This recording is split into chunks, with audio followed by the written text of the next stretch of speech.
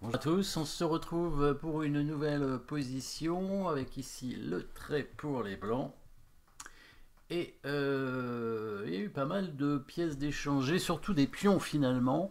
Donc la position est très ouverte et les rois ne sont pas vraiment bien protégés. Le roi noir est un peu plus protégé au niveau des pièces, mais il y a quand même un pion assez dangereux devant, même s'il pourrait aussi faire office un petit peu de bouclier hein, sur le roi noir, mais je pense que c'est quand même un pion assez dangereux dans cette position. Au niveau du matériel, dame de tour pour les blancs, dame tour fou cavalier quand même pour les noirs. Petit avantage matériel avec 4 pions contre 5. Les blancs ont un pion et une tour contre fou et cavalier. Donc c'est à peu près équilibré au niveau matériel. Et on sait qu'en finale, hein, la tour même peut être meilleure que fou et cavalier dans certaines positions, dans certaines conditions plutôt, avec par exemple un pion passé. Mais ici, le cavalier est plutôt pas mal. Hein. La structure des pions blancs n'est pas très bonne. Alors, comment les blancs pourraient créer une attaque en direction du roi, évidemment? C'est ce qu'on recherche avec les blancs. Alors, on a quand même la dame attaquée. Donc ici, il y a déjà une menace. Bien sûr, on va chercher les échecs en priorité toujours. Hein. On pourrait bouger la dame simplement, peut-être en attaquant le cavalier d'ailleurs, pour éviter de perdre le pion dans l'immédiat. Par exemple, un coup de retrait en H4 pourrait être intéressant avec l'idée d'attaquer le cavalier. C'est un coup forcé, bien évidemment, mais ce n'est pas aussi forcé qu'un échec. Donc on va regarder les échecs d'abord pour commencer. Et les échecs, il y en a 3 apparemment. Donc il y a 2 échecs de dame. Dame prend fou et dame H8 échec. Bon, ça n'a pas l'air extraordinaire. Et il y a un échec de tour en E8. Déjà, ça donne moins de matériel. Hein, ça a l'air déjà plus intéressant, évidemment. Sur le coup tour 8, c'est un vrai coup forcé parce qu'il est obligé de prendre la tour, hein, puisque s'il prend le pion, vous avez vu évidemment le mat en un coup avec la dame qui recule. Un petit coup invisible là, la dame qui recule en H5, hein, et si le roi donc prend le pion F7, et c'est mat tout de suite. Donc il serait obligé de prendre la tour, évidemment. Et si on reprend la tour en faisant dame, on refait échec, mais il va prendre évidemment la dame, la nouvelle dame qui est apparue qui n'est d'ailleurs pas resté très longtemps. Après, il y a d'autres échecs encore. Il y a la tour qui peut arriver, ou la dame qui peut reculer d'une case, comme on a vu toujours ici, dans l'idée d'espérer peut-être gagner le cavalier. Si le roi se place au bon endroit, peut-être que ce cavalier devrait s'en tirer, ou bien même la dame noire pourrait couvrir l'échec. Hein, c'est une option. Et la partie continue. Et on a simplement donné le pion passé. Peut-être avez-vous vu un autre coup, qui est une sorte de coup invisible un peu. Hein. C'est un coup difficile à voir, on va dire. Donc le coup dame H5, quand le roi venait prendre le pion, on appelle ça un coup invisible parce que c'est un coup d'attaque en reculant. Mais le coup qui va être joué par les blancs, c'est un autre coup invisible, mais totalement différent. C'est pas un coup d'attaque en reculant, c'est un coup vraiment difficile à voir, un coup particulier qui ne sera pas joué très souvent en partie, évidemment. Et vous avez peut-être vu l'option hein, pour les blancs de gagner en fait la dame. En fait, non, c'est pas vrai. On va pas gagner la dame puisqu'on va donner notre dame et on va récupérer la sienne. Et du coup, on aura une tour de plus. Et oui, à la fin, on aura une tour de plus. Et pas une tour contre un cavalier, hein. Une vraie tour de plus.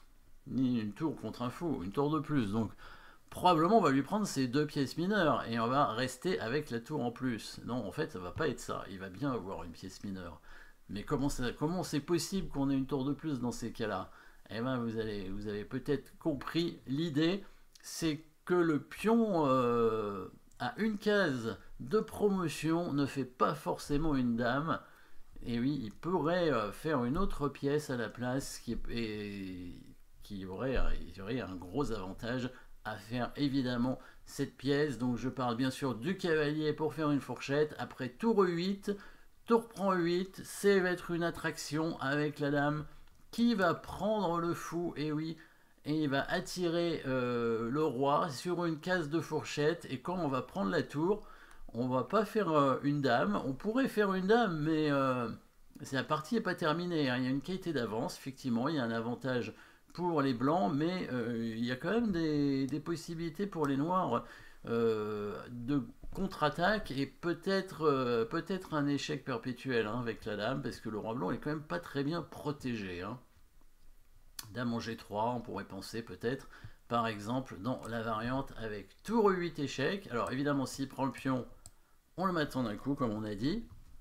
Donc il va prendre la tour, hein, forcément, et il n'y a que 2 coups de toute façon. Et là, l'attraction avec la lame, ou ça pourrait être une déviation, puisque évidemment, si on fait une promotion dame ici, dans ces cas-là, ce serait une déviation. Alors là, dame G3 est pas bon parce qu'il y a tour G1. Donc peut-être cette variante est intéressante pour les blancs, hein, parce qu'il y a quand même le coup tour G1 qui va arriver, hein. Donc là, si les blancs jouent ça, ils ont quand même des bonnes chances de gain aussi, hein, à mon avis. Dans cette position, il faudrait que les noirs arrivent à parer les menaces de mat, hein, puisqu'il y a la menace tour G1 suivi de dame G8 suivi de dame G6 mat. Ça semble compliqué à parer quand même, et si on ramène le cavalier pour protéger la case en G6, ça semble pas vraiment suffisant, hein. Ça, ce serait gagnant aussi en fait, hein. Donc il y aurait peut-être une deuxième façon de gagner, peut-être plus simple entre guillemets, on va dire, avec simplement la promotion dame. Mais ici, si on est malin, hein, encore plus malin, on fait promotion cavalier et on fait une fourchette roi dame. Et là, là c'est sûr que les noirs vont abandonner, hein, directement, parce que là il y a vraiment une tour d'avance. Si vous faites promotion dame, je pense que c'est gagnant aussi, hein, parce que je vois pas très bien comment les noirs vont pouvoir défendre le mat. Par exemple, cavalier E5, tour G1 échec, roi H7. Roi H7 c'est matant un coup, le fameux coup invisible avec dame H5. Et roi H6 devrait mater assez vite aussi, hein, avec dame H8 ou dame F8 peut-être, dame H8, dame H7. Dame prend F6, cavalier G6 forcé, et là, peut-être un petit coup de tour bien placé qui nous permettra de menacer un mat probablement imparable, hein, avec tour H4, puisque le cavalier est cloué. Donc ici, il n'y a pas vraiment de défense, hein. Donc bon, a priori, la promotion cavalier n'est pas obligatoire, hein. La partie est gagnante ici, hein. Les noirs n'ont pas de bons coups, hein. Après, il semblerait que dame G3 soit le meilleur, mais bon, évidemment, les blancs vont simplement gagner la dame avec tour G1, hein. Donc là, c'est plutôt simple. Il n'y avait pas d'autres coups ici avec les noirs, hein, puisque si ils prenaient pas la dame, s'ils venaient en E7 avec le roi, il y avait 2 options très intéressantes pour les blancs, même 3, hein, puisqu'il y aurait aussi l'échec de la tour E1. On pourrait tout simplement prendre la tour en faisant dame pour récupérer la dame derrière, hein, et on aurait quand même une dame de plus. Ou alors, si on est gourmand, on tente de conserver les 2 dames carrément en poussant le pion, et ce serait un double échec, hein. Et bon, là aussi, hein, on a la possibilité probablement de gagner très vite, peut-être avec le coup tour D1. Comme ça, on garde les 2 dames sur l'échiquier pour le mater. Donc ici, petite attraction finalement de la tour, avec ensuite soit une autre attraction avec le pion passé évidemment qui va à promotion, soit simplement une déviation pour permettre au pion d'aller à dame, et la finale serait gagnante. Merci d'avoir suivi cette position, n'oubliez pas de vous abonner et à très bientôt.